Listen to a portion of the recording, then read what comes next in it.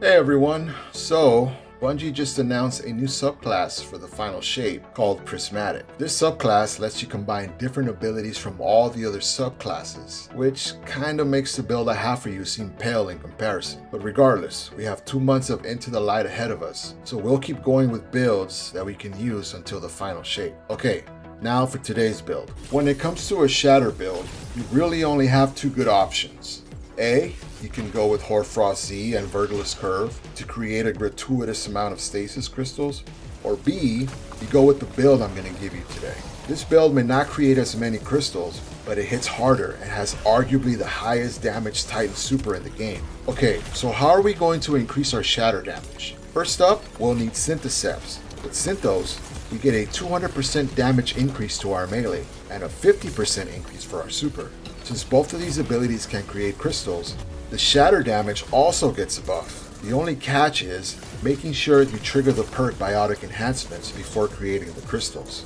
That means you'll need at least 3 enemies surrounding you to get this buff. Because Synthos buffs melee damage and our default melee Shiver Strike kinda sucks and doesn't create crystals, we'll need to run the aspect Howl of the Storm. Howl of the Storm creates a wave of stasis crystals when we activate our melee after a slide. Most of the damage is done from shattering these crystals, so you want to focus on shattering the crystals instead of any frozen targets caught in the wave. We've got 2 more elements to increase shatter damage: the Fragment Whisper of Fissures and the artifact perk Hail the Storm. Whisper of Fissures increases the damage and size of our shatter burst. Hail of the Storm also increases the shatter damage and creates small ice shards that fly out and deal more damage and slow targets. As good as Howl of the Storm is with all these buffs, the real star of the show is our super Glacial Quake. This thing absolutely obliterates bosses and champions easily. It's not even fair. Okay, now that we've got some hard-hitting crystals, how can we generate a steady supply of them? Simple, we'll use Monte Carlo. With Monte Carlo, we generate melee energy and have a 25% chance to instantly refund our melee when we damage targets. That means we'll be able to use Howl of the Storm more frequently, and we can use Monte Carlo to break those crystals quickly with the Fragment Whisper of Rending.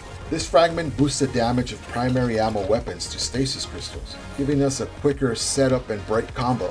Obviously, we'll also run Glacier Grenades to create a wall of stasis crystals that we can either use to block pathways, shatter them to crush enemies, or defensively to block incoming fire, giving us increased survivability. Speaking of survivability, let's break down the ways we can make this build tankier. We'll start with Towering Barricade, of course. That's a no-brainer. What's cool about barricades is that we can also use them to break crystals. Very useful. We can also use the Tectonic Harvest Whisper of Rhine combo. Tectonic Harvest creates stasis shards from shattered crystals that give us melee energy, and Whisper of Rhyme gives us a chunk of overshield from those shards. As long as you're collecting shards, you replenish the overshield. We can also use Whisper of Chain. That will give us 40% damage resistance when near frozen targets or stasis crystals. Now finally, for some key armor mods and stats. For Orb of Power generation, we've got Kinetic Siphon and Heavy Handed. For grenade energy, we have Impact Induction and 2 bomber mods. For survivability, especially on higher difficulty content, we've got a Recuperation mod, and we'll need 100 resilience and high recovery. Finally, we have Elemental Charge to get armor charges from picking up stasis shards.